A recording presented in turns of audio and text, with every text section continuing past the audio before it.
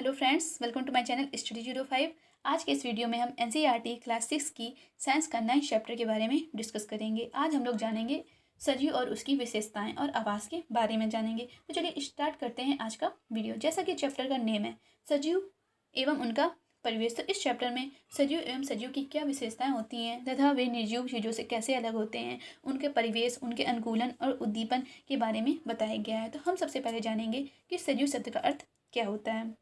इसका मतलब जिनमें जान है तथा वे जो जीवित रहते हैं उन्हें हम सजीव कहते हैं। सजीव की अलग विशेषताएं होती हैं निर्जीव से। वे गुण जो सजीवों को वातावरण में उपस्थित अन्य निर्जीव चीज़ों से अलग करते हैं उन्हें हम सजीवों की विशेषताएं कहते हैं। जैसे सजीवों में वृद्धि होती है, विकास करते हैं, वे श्वसन करते हैं, सांस लेते हैं, उत्सर्जन करते हैं, उद्दीपन की क्रिया होती है जिसके प्रति वे अनुक्रिया करते हैं, प्रजनन करते हैं, आदि क्रियाएं सजीवों में होती हैं जो कि उन्हें निर्जीवों से अलग करती हैं।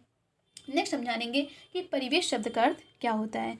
परिवेश, जहाँ सभी सजीवों का एक परिवेश होता है जहाँ वे रहते हैं। जैसे मछली पानी में रहती है, वह उसका इन्वायरमेंट है, जिसे हम उसका इन्वायरमेंट कहेंगे कि वह वहाँ रहती है। जैसे ऊँट मरुस्थल में रहता है, वह उसका परिवेश है। शेर, बाघ जैसे जंगलों में रहते हैं, ये सभी वासस्थान है। जैसे कि ऊँट है तो ऊँट रेगिस्तान में ही रहता है और कहीं वह नहीं रह सकता, तो वह ऊँट रेगिस्तान में रहने योग्य है, तो ये वह उसका परिवेश है कि वह वहाँ रह पाता है। तो नेक्स्ट हम जानेंगे सजीव एवं उनका परिवेश। तो सजीव कौन होते हैं। जैसे कि ह्यूमन बींग्स होंगे, हम मानव जो हो गए जिसमें जान है, जो जीवित है, उन्हें हम सजीव कहते हैं। जैसे कि human beings, plants, animals, bacteria, euglena ये सभी सजीव होते हैं। सजीव जिसमें जान होती है। और परिवेश, सभी सजीवों का एक इन्वायरमेंट होता है जिसे हम परिवेश कहते हैं। जैसे मछली पानी में रहती है, शेर जंगल में रहते हैं और ऊँट मरुस्थल में रहते हैं, तो ये सभी जानवरों के परिवेश होते हैं। हम मानव का परिवेश होता है, जहाँ पे हम रहते हैं वो मानव का परिवेश होता है। तो अगला टॉपिक है हमारा आवास एवं अनुकूलन। आवास क्या होता है और अनुकूलन क्या होता है। तो आवास और अनुकूलन, आवास वह स्थान जहाँ पर कोई जीवधारी रहता है तो उसे हम आवास कहते हैं। तो आवास दो प्रकार के हो सकते हैं, कुछ प्राकृतिक हो सकते हैं और कुछ मानव द्वारा बनाए हुए हो सकते हैं, यानी कि कुछ नेचुरल और कुछ मैन मेड भी हो सकते हैं। तो जैसे कि गुफा, पेड़ पौधे, जंगल, ये सभी नेचर द्वारा बनाए गए आवास हैं जहाँ पर जीव रहते हैं। और जैसे चिड़ियाघर, ये कृत्रिम रूप से बनाया गया आवास है जो कि मानव द्वारा जानवरों के रहने के लिए बनाया गया है। इसे हम कृत्रिम रूप से बनाया गया आवास कहेंगे, यानी कि मैन मेड जो मैन मेड आवास बनाते हैं उसे प्रकृति द्वारा नहीं बनाया जाता है, वे कृत्रिम रूप से बनाए गए हुए होते हैं। नेक्स्ट है हमारा अनुकूलन। अनुकूलन शब्द क्या होता है। तो किसी वातावरण में जीवधारी अपने आप को उसी वातावरण के हिसाब से ढाल लेते हैं, वह प्रक्रिया हमारी अनुकूलन कहलाती है। जैसे ऊँट रेगिस्तान में रहता है लेकिन अन्य जानवर रेगिस्तान में सर्वाइव नहीं कर सकते हैं, ये प्रक्रिया अनुकूलन कहलाती है। क्योंकि ऊँट जो होता है अपने आप को रेगिस्तान में रहने के हिसाब से ढाल लेता है, यानी कि जीवधारी अपने आप को उसी वातावरण में रहने के हिसाब से ढाल लेते हैं, जिसे हम उसको अनुकूलन कहेंगे। जैसे कि ऊँट की शारीरिक संरचना रेगिस्तान में रहने के योग्य होती है। जैसे कि ऊँट की शारीरिक संरचना उसे मरुस्थलीय परिस्थितियों में रहने योग्य बनाती है। ऊँट के पैर लंबे होते हैं जिसके कारण उसका जो शरीर होता है वह रेत की गर्मी से दूर रहता है तथा उसे गर्मी का एहसास कम हो पाता है। और उनमें मूत्र उत्सर्जन की मात्रा भी बहुत कम होती है, उन्हें पसीना नहीं आता, इसलिए वह जल के बिना अनेक दिनों तक भी जीवित रह सकते हैं। ऊँट की लंबी गर्दन होती है जिसके कारण वह ऊंचे ऊंचे पेड़ों से वह पत्तियां वगैरह आदि खा सकते हैं, तथा वह मरुस्थल में रहने योग्य, उनकी परिस्थितियों के कारण मरुस्थलीय परिस्थितियों में रहने योग्य उन्हें बनाती है।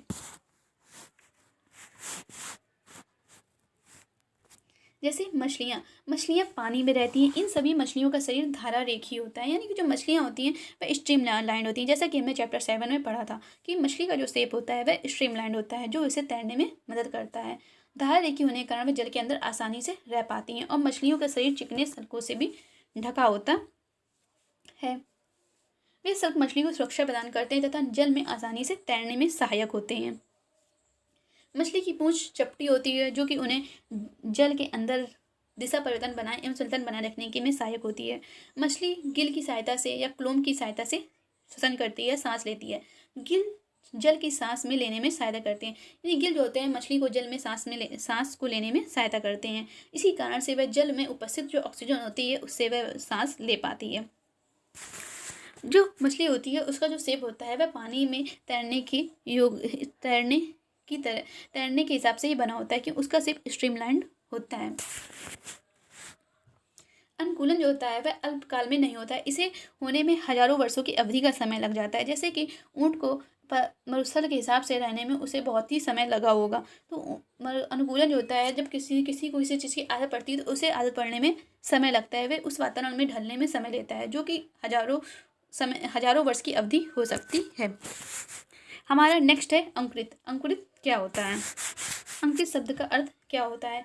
अंकुरित किसे कहते हैं? जब मूंग या किसी अन्य बीज को पानी में भिगोकर 1 या 2 दिन तक रखने से इसमें एक सफ़ेद संरचना दिखाई देने लगती है, इसे एक वाइट संरचना जिससे लगती है जो रेशेदार होती है, उसे हम अंकुरित कहते हैं, यानी कि उसे हम बीजों का अंकुरण कहते हैं। आवासों की यात्रा। तो हम अब विभिन्न आवासों के बारे में जानेंगे जो अलग अलग प्रकार के होते हैं तथा उनकी विशेषताएं अलग अलग होती हैं। जैसे कि मरुस्थल, जहाँ पर वर्षा की मात्रा बहुत ही कम होती है तथा पानी की बहुत कमी होती है और उसे हम मरुस्थल कहते हैं, यानी कि रेगिस्तान। अब हम जानेंगे मरुस्थल में पाए जाने वाले पौधे किस प्रकृति के होते हैं, उनका नेचर क्या होता है। जैसे कि मरुस्थल में पाए जाने वाले जो पौधे होते हैं उनमें पत्तियां नहीं होती, उनमें छोटे छोटे कांटे तरह के होते हैं। मरुस्थल में पाए जाने पानी की कमी के कारण मरुस्थलीय पौधे वाष्पोत्सर्जन क्रिया में जल की बहुत कम मात्रा निष्कासित करते हैं, यानी कि जो मरुस्थल में पाए जाने वाले पौधे होते हैं वे वाष्पोत्सर्जन जब करते हैं तो वे जल की बहुत ही कम मात्रा को वातावरण में मुक्त करते हैं। इनमें पत्तियां नहीं पाई जाती हैं, या तो बहुत ही छोटी पाई जाती हैं, इनमें पत्तियां पाई ही नहीं जाती हैं, तो पाई भी जाती हैं तो वह कांटे के रूप में पाई जाती हैं, वह बहुत ही छोटी होती हैं। कुछ पौधे की पत्तियां कांटों या सूल का रूप ले लेती हैं।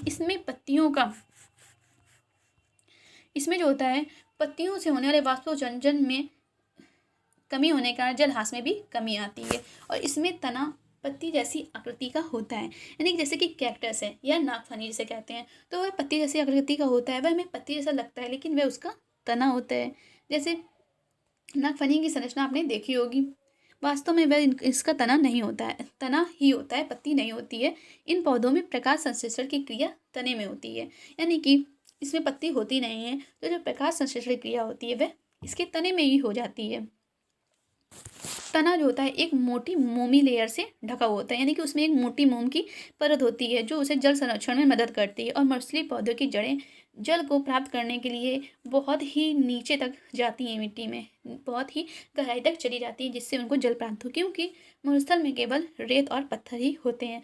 वहाँ पे पानी की बहुत ही कम मात्रा है और पानी बहुत ही ज़मीन की गहराई में पाया जाता है, जिसके कारण ज़मीन की गहराई में पानी पाए जाने के कारण, जमीन की गहराई में नमी पाए जाने के कारण छोटे छोटे जीव जंतु जो होते हैं वह मरुस्थल के रेत के नीचे ही बिल के अंदर बने रहते हैं, और वह रात के टेम्परेचर कम होने पर वह ऊपर आते हैं। जैसे कि चूहा और सांप जो होते हैं वह गर्मी से बचने के लिए भूमि के अंदर बिलों में ही रहते हैं, और रात्रि के समय जब तापमान कम हो जाता है तो वे जंतु बाहर निकल आते हैं और अपने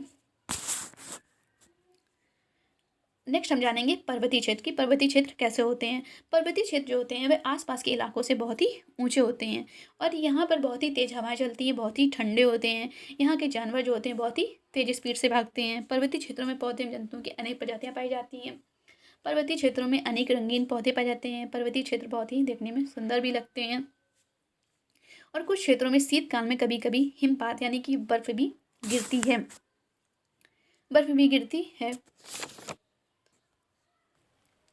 पर्वतीय क्षेत्र में अन्य प्रकार के पौधे भी पाए जाते हैं, जैसे कि पर्वतीय क्षेत्र में पाए जाने वाले पौधे की इस पिक्चर में दिखाया गया है। जैसे कि पर्वतीय आवास के जो कुछ वृक्ष होते हैं वे नुकीले होते हैं और वे शंकु के आकार के होते हैं, तथा उनकी जो पत्तियां होती हैं वे नीचे की तरफ टेढ़ी हुई होती हैं,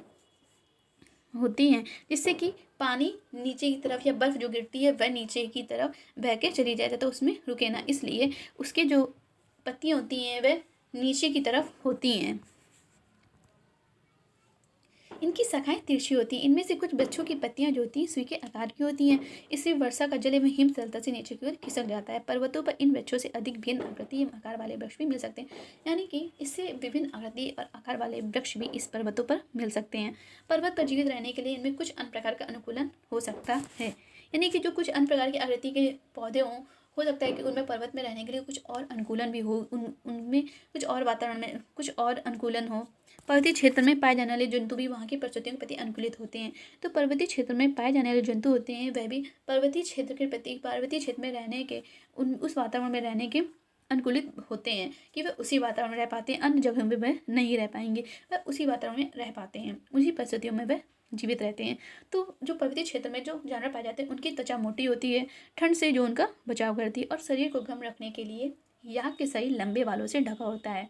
पहाड़ी तेंदुओं के शरीर पर फर होते हैं, जैसे कि ये बर्फ पर चलते समय उसके पैरों से को ठंड से बचाता है, जो कि पहाड़ी तेंदुओं के पैर पर फर होते हैं जो कि उसको चलते समय बर्फ की ठंडक से बचाता है। पहाड़ी बकरी के जो मजबूत खुर होते हैं वह बहुत ही मजबूत होते हैं और जो उसे ढालदार चट्टानों पर दौड़ने के प्रति सहायता करते हैं। जैसे कि ये याक है जिसमें लंबे लंबे बाल हैं जो उसे सर्दी से बचाती है तथा गर्मी बनाए रखती है उसके अंदर। और ये तेंदुआ है जो कि जिसमें पैरों में फर होते हैं,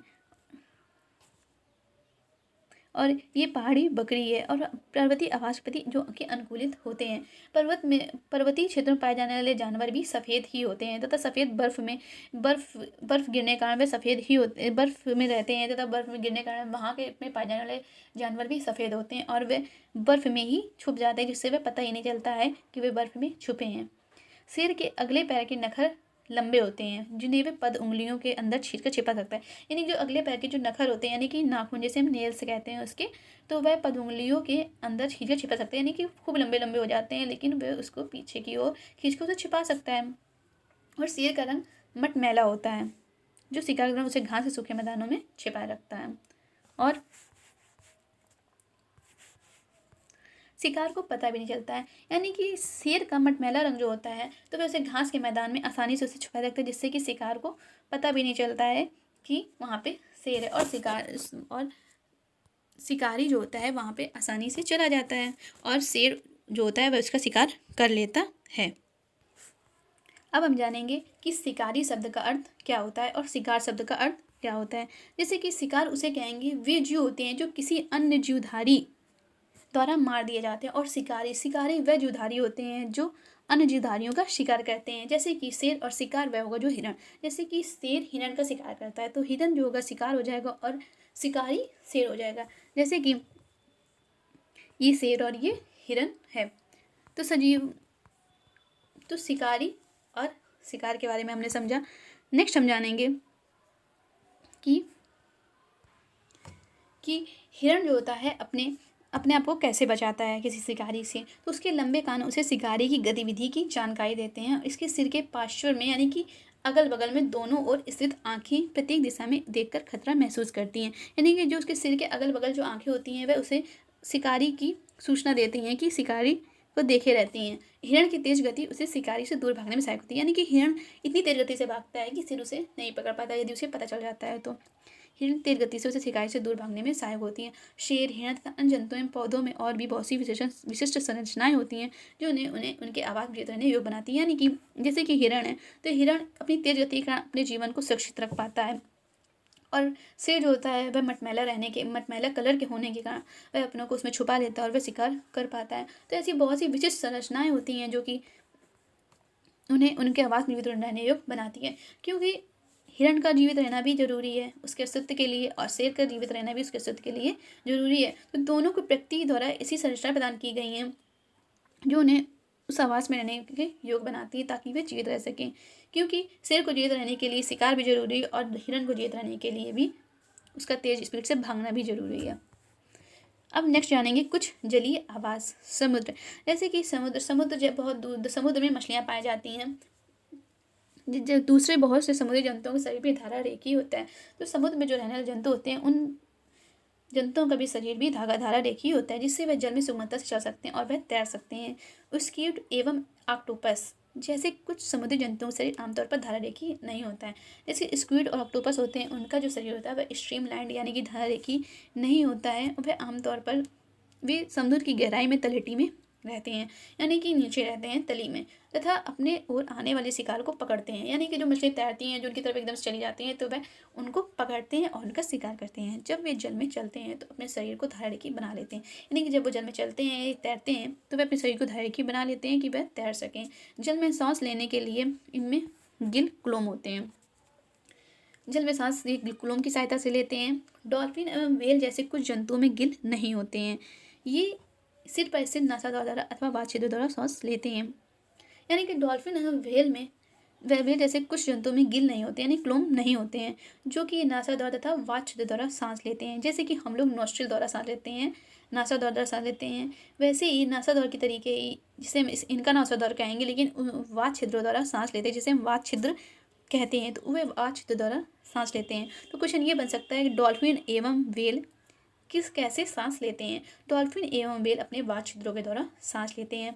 ये जल में लंबे समय तक बिना सांस लिए रह सकते हैं। वे समय समय पर समुद्री सतह जल से बाहर पर आकर श्वसन छिद्रों से जल बाहर निकालते हैं एवं सांस द्वारा स्वच्छ वायु अंदर भरते हैं। नेक्स्ट है हमारा तालाब एवं झील। तालाब एवं झील में कैसे पौधे होते हैं, वहाँ पौधे किस तरह से ग्रो करते हैं।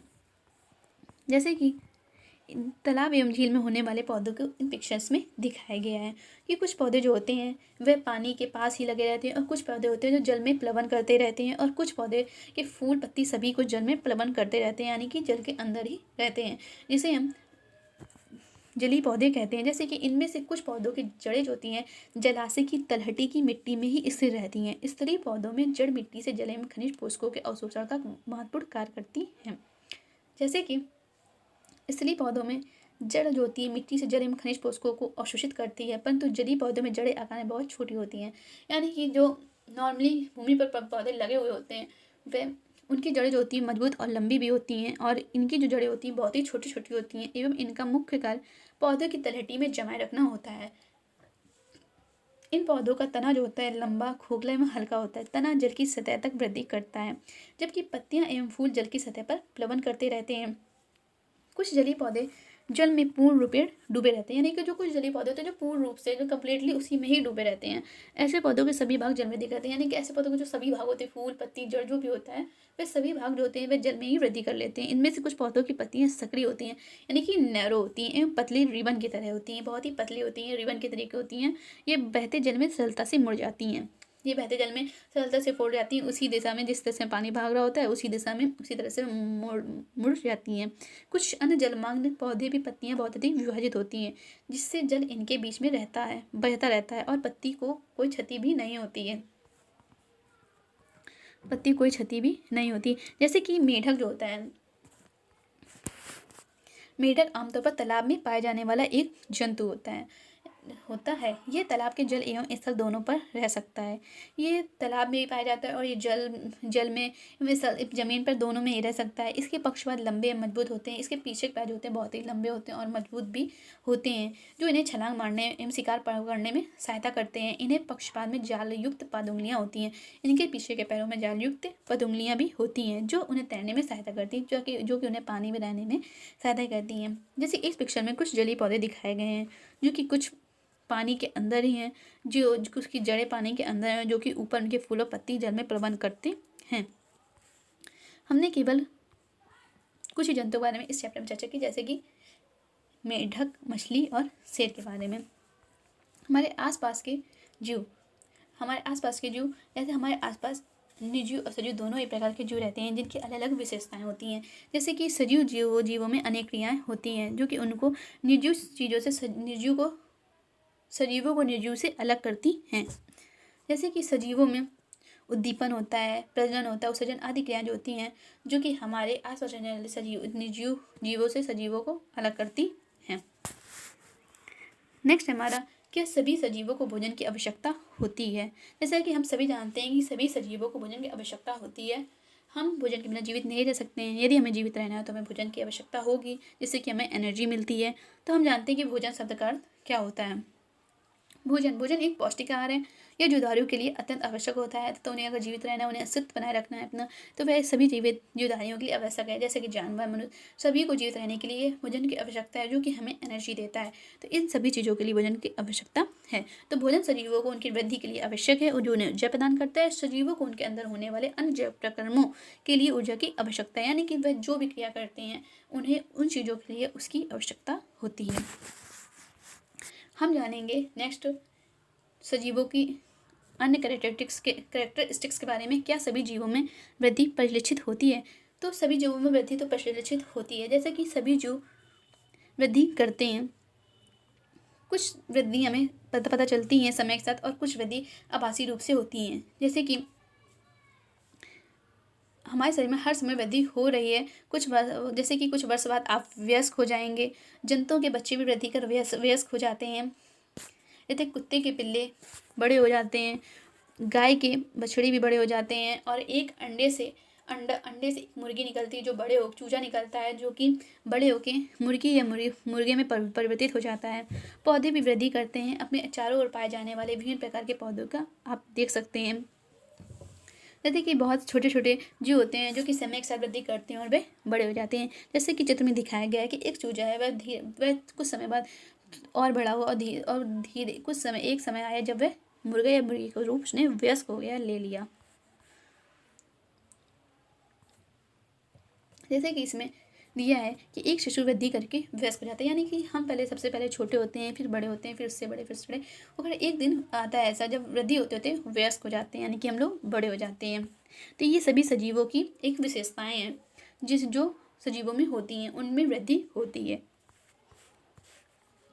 नेक्स्ट हम जानेंगे क्या सभी जीव श्वसन करते हैं। तो ये श्वसन भी एक सजीव की विशेषता है कि वे श्वसन करते हैं। तो श्वसन शब्द का अर्थ होता है जब हम सांस लेते हैं तो बाहर की वायु को शरीर के अंदर करते हैं जो कि ऑक्सीजन होती है, और शरीर में उपस्थित जो शरीर के अंदर जो वायु होती है उसे हम बाहर निकालते हैं। तो इस क्रिया को हम श्वसन लेना कहते हैं। यह क्रिया हमारी श्वसन क्रिया कहलाती है। तो श्वसन में अंदर ली गई वायु की ऑक्सीजन की कुछ मात्रा का उपयोग होता है। तो इस क्रिया में बनी कार्बन डाइऑक्साइड को हम सांस द्वारा बाहर निष्कासित कर देते हैं। तो सभी सजीव जो होते हैं वे सांस लेते हैं। जैसे कि गाय, भैंस, कुत्ता, बिल्ली, जिसमें भी जान है, जो जीवित है, वे सभी सजीव सांस लेते हैं और वे मनुष्य की तरह ही होते हैं। श्वसन क्रिया उनमें मनुष्य की तरह ही होती है। जैसे कि श्वसन सभी सजीवों के लिए आवश्यक है। ग्रहण किए गए भोजन से श्वसन के द्वारा ही हमारे शरीर को ऊर्जा मिलती है। यानी कि जो हम भोजन ग्रहण करते हैं, यदि हम श्वसन नहीं करेंगे तो हमें उससे ऊर्जा नहीं मिलेगी। श्वसन के द्वारा ही हमारे द्वारा जो ग्रहण किया गया भोजन होता है उससे हमें ऊर्जा मिलती है। तो कुछ जंतुओं में गैस आदान प्रदान का तरीका भी भिन्न हो सकता है। यानी कुछ जंतुओं में जो गैस सांस लेते हैं तो वे किसी और तरीके से भी ले सकते हैं। जरूरी नहीं है कि जैसे कि हम सांस ले रहे हैं वैसे ही वो सांस लें। जैसे कि श्वसन का एक हिस्सा होता है। जैसे कि उदाहरण के लिए केचुआ जैसे जो कि त्वचा से सांस लेता है। मछली गिल से सांस लेती हैं और जिनमें की सहायता से जल में विलेय वायु से ऑक्सीजन ऑब्जॉर्व कर पाती हैं। और पौधे भी जो श्वसन करते हैं वे पत्तियों के सूक्ष्म रंध्रों द्वारा, जिसे हम स्टोमेटा कहते हैं, उन रंध्रों द्वारा वे वायु को अंदर लेती हैं तथा ऑक्सीजन का उपयोग करती हैं। वे कार्बन डाइऑक्साइड वायु में निष्कासित कर देती हैं। जैसे कि हम जानते हैं कि प्रकाश की उपस्थिति में पौधे वायु के कार्बन डाइऑक्साइड का उपयोग भोजन बनाने के लिए करते हैं तथा ऑक्सीजन छोड़ते हैं। तो पौधे केवल दिन के समय ही भोजन बनाते हैं, रात्रि में तो बनाते नहीं है। जैसे कि सूर्य की उपस्थिति में हमने पढ़ा कि प्रकाश संश्लेषण सूर्य की उपस्थिति में होता है। तो भोजन जो बनाते हैं पौधे तो वे केवल दिन के समय बनाते हैं। तो वह भी श्वसन करते हैं। तो वह श्वसन की क्रिया तो दिन और रात दोनों में होती है, जो निरंतर चलती रहती है। तो भोजन की प्रक्रिया में निष्कासित ऑक्सीजन की मात्रा पौधे द्वारा श्वसन में उपयोग की गई ऑक्सीजन की अपेक्षा बहुत अधिक होती है। यानी कि जो पौधों में श्वसन होती है वह दिन रात निरंतर चलती रहती है और वह भोजन जो बनाते हैं वह केवल दिन में बनाते हैं। तो जो पौधे होते हैं वह भी ऑक्सीजन ग्रहण करते हैं, लेकिन जो उनके द्वारा दी गई ऑक्सीजन की बहुत जो मात्रा देते हैं, निष्कासित करते हैं वे, तो वह उससे बहुत ही कम होती है। यानी कि हमें से ये पता चला कि पौधे भी ऑक्सीजन को ग्रहण करते हैं, वह भी सांस लेते हैं। नेक्स्ट है हमारा, क्या सभी सजीव उद्दीपन के प्रति अनुक्रिया करते हैं। तो सभी शरीर उद्दीपन के प्रति अनुक्रिया करते हैं, रिएक्ट करते हैं। जब भी हमारे शरीर में कोई भी चीज़ होती है, या जैसे कि हम अंधेरे से अचानक से उजाले में आते हैं या रोशनी में आते हैं, तो हमारी जो आंखें होती हैं उसे एडजस्ट करने में टाइम लगता है, जिसे हम उद्दीपन के प्रति अनुक्रिया कहेंगे। जैसे कि सभी सजीव में उद्दीपन के प्रति अनुक्रिया करते हैं। जैसे अगर कान के पास कोई बात चिल्लाई जाए या कही जाए तो हम लोग एक प्रतिक्रिया या रिएक्ट करते हैं, तो वह प्रतिक्रिया ही सजीवों की विशेषताओं में से एक है। यानी कि जो उद्दीपन होता है वह सजीवों की विशेषताओं में से एक होता। उद्दीपन किसे कहते हैं। तो उद्दीपन वह प्रक्रिया होती है जिसमें पेड़ पौधे सजीव जो हैं अचानक वातावरण में हुए परिवर्तन के अनुसार प्रतिक्रिया करते हैं। यानी कि जो अचानक वातावरण में परिवर्तन होता है उसके अनुसार पेड़ पौधे या सजीव प्रतिक्रिया करते हैं, तो उसे हम उद्दीपन कहते हैं। जैसे कि वातावरण में होने वाले इन परिवर्तनों को हम उद्दीपन कहते हैं। यानी कि जो वातावरण परिवर्तन होता है, जैसे कि हम रास्ते में जा रहे हैं और ये यदि अचानक कांटा चुभ जाए तो हमारा जितना भी सारा कंसंट्रेशन होता है वह उस कांटे की तरफ ही चला जाता है। तो इसे हम कहेंगे वातावरण में जो अचानक परिवर्तन होते हैं तो उनको हम उद्दीपन कहेंगे, यानी कि जिसके प्रति हम रिएक्ट करते हैं तो उसे हम उद्दीपन कहेंगे। नेक्स्ट है हमारा सजीवों में उत्सर्जन। सभी सजीव वस्तुएं अपने परिवेश में होने वाले परिवर्तनों के प्रति अनुक्रिया करती हैं। तो जैसे कि विभिन्न जैव प्रक्रमों के फलस्वरूप हमारे शरीर में कुछ अपशिष्ट पदार्थ उत्पन्न होते हैं। सजीवों द्वारा इन अपशिष्ट पदार्थों के निष्कासन ये प्रक्रम को उत्सर्जन कहते हैं। यानी कि सभी सजीव उत्सर्जन की प्रक्रिया को पूरा करते हैं। और उत्सर्जन यह प्रक्रिया जो होती है जिसमें सजीव अपने शरीर में उपस्थित अपशिष्ट पदार्थ को अपने शरीर से बाहर निकालते हैं। ये सभी सजीवों में जैसे कि पेड़ पौधे, मनुष्यों, जानवरों में भी पूरी होती है।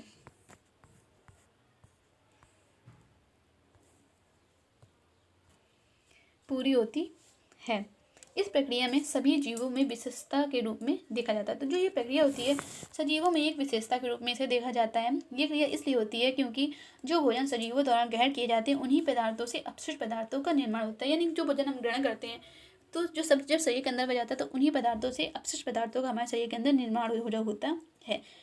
अपशिष्ट पदार्थों के रूप में वह निर्माण होता है उनका। तो जो किसी भी प्रयोग में सजीव के द्वारा नहीं लाए जा सकते तो उन्हें उत्सर्जन द्वारा बाहर निकाल दिया जाता है। तो उत्सर्जन सभी सजीवों में होता है। तो यह सजीवों का एक विशेषता है।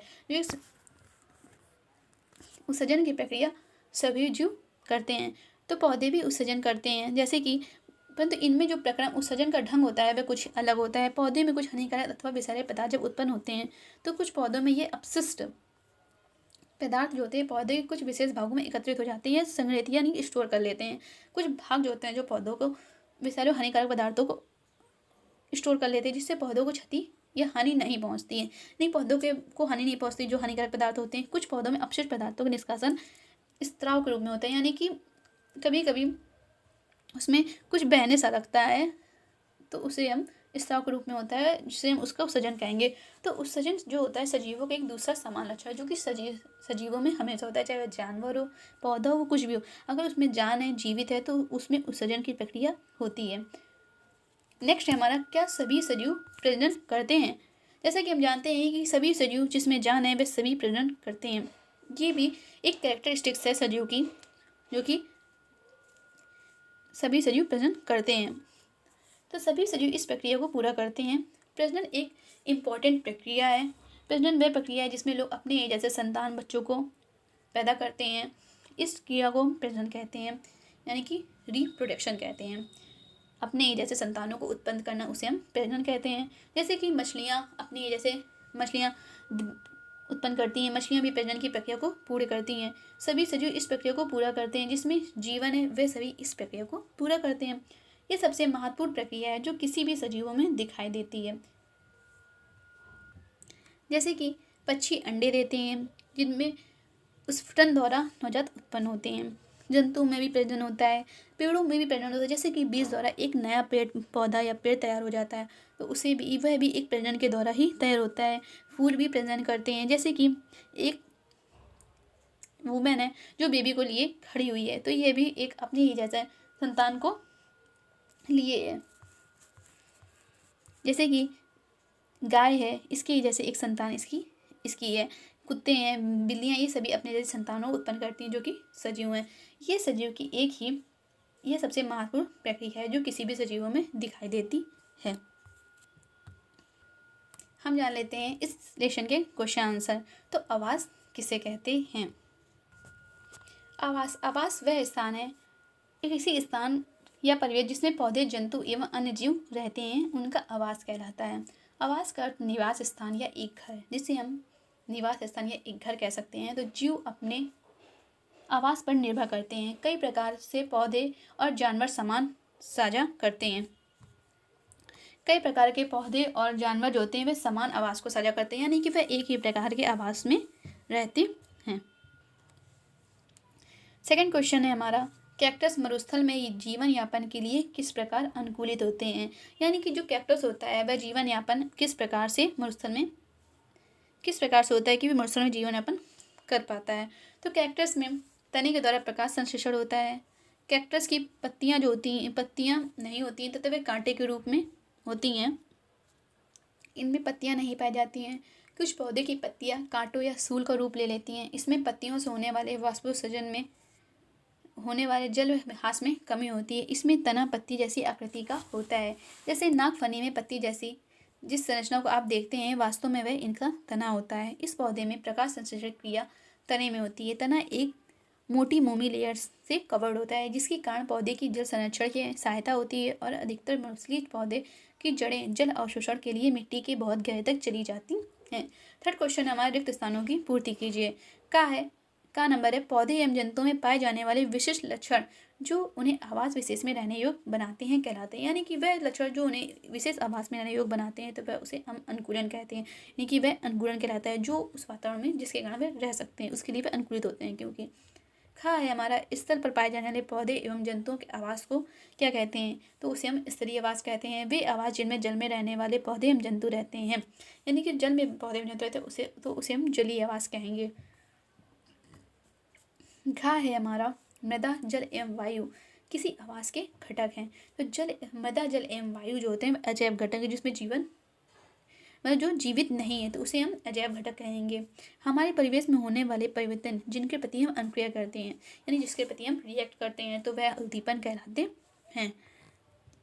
फोर्थ है हमारा निम्नलिखित सूची में कौन सी निर्जीव वस्तुएं हैं। तो हमें इसमें यह बताना है कि निर्जीव वस्तुएं कौन सी हैं। हल, छत्रक, सिलाई मशीन, रेडियो, नाव, जलकुंभी, केचुआ। तो इसमें से जैसे कि निर्जीव वस्तुएं हल हो गया, सिलाई मशीन, रेडियो, नाव, ये सभी निर्जीव वस्तुएं हैं।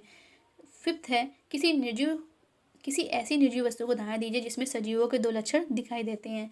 बस और कार ये चलती हैं लेकिन ये निर्जीव वस्तुएं हैं क्योंकि इन्हें ऊर्जा की आवश्यकता होती है, पेट्रोल पंप, डीजल आदि के द्वारा चलती हैं।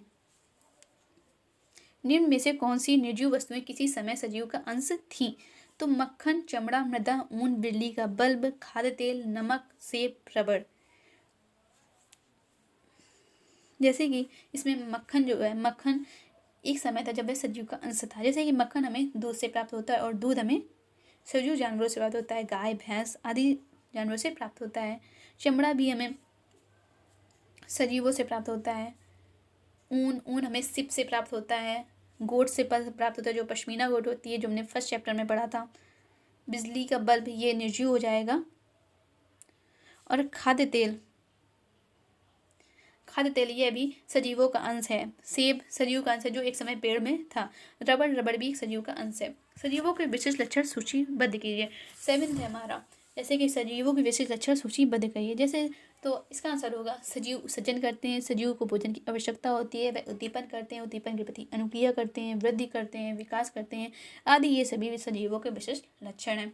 8 नंबर है हमारा, घास के मैदानी क्षेत्रों में रहने वाले जंतुओं को अपना अस्तित्व बनाए रखने के लिए तीव्र गति क्यों आवश्यक है? इसका आंसर होगा घास के मैदान में पेड़ और छिपने के स्थान कम होते हैं। जानवर शिकारियों जैसे शेर, बाघ, भेड़िए आदि की चपेट में होते हैं। वे केवल तेज गति से भागने पर ही अपने जीवन को सुरक्षित रख सकते हैं, बचा सकते हैं और जीवित रह सकते हैं। इसलिए जानवरों को घास के मैदान में जीवित रहने के लिए गति की आवश्यकता होती है जो वहाँ रहते हैं, जैसे हिरण। तो फ्रेंड्स, आज की वीडियो में बस इतना ही। कैसा लगा आपको ये वीडियो मुझे कमेंट करके ज़रूर बताइए। आपकी कुछ डाउट्स या क्यूरी हो तो कमेंट में ज़रूर बताइए।